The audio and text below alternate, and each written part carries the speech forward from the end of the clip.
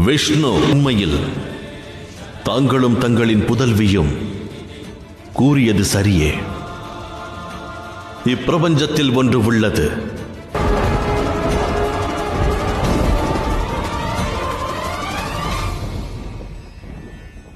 தாங்கள் அசுத்தம் என கருதும் சாயா தேவிதான் இவரை ஒரு முறை அல்ல, இருமுறை உயிர் பெறச் செய்துள்ளார். அவர் சூரிய தேவர் இல்லாத நிலையிலும் இப்பிரபஞ்சத்தை அவர்தான் காரணம். யமியும் தேவியாக இருக்க அவரே காரணம். அவர் எவராயினும் சரி, எக்குலத்தை சேர்ந்தவராயினும் சரி, குலமற்றவராவர்.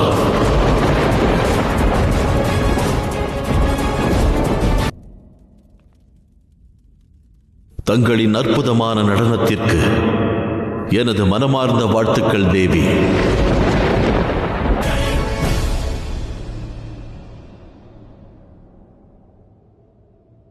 நாராயணரே, ஒரு புதிய அத்தியாயம் ஆரம்பமாக உள்ளது.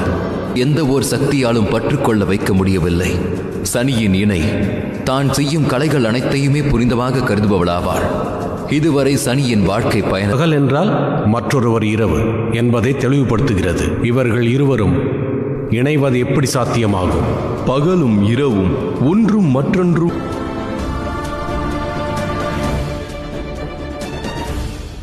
சனி, உன்னிடம் ஒன்று கேட்கவா? உண்மையை கூறு. அந்த கண்ணி தன் பேச்சானது மிக அருமையாக இருந்தது. அருமை. நில்லுங்கள்.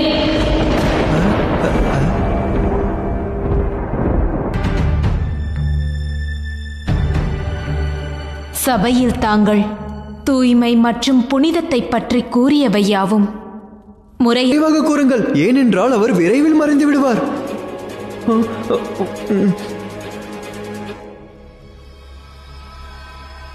நான் வாதத்தையும் எண்ணத்தையும் வெளிப்படுத்த உரிமை உள்ளது. அதனால் உண்மையில் என் தந்தையை அவமானப்படுத்துவது போல் உரக்க குரலில் பேசி இளைஞரே,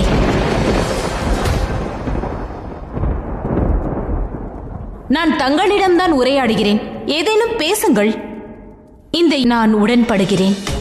ஆனால் இனி தாங்கள் எனக்கு பதில் அளிக்கவில்லை என்றால் அதை நான் அவமானமாகவே எடுத்துக்கொள்வேன்.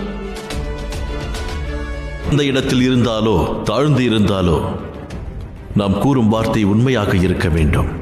நமது வாதத்தில் நமக்கு தைரியமும் உண்மையும் இருக்க வேண்டும். வரவே மாட்டேன்.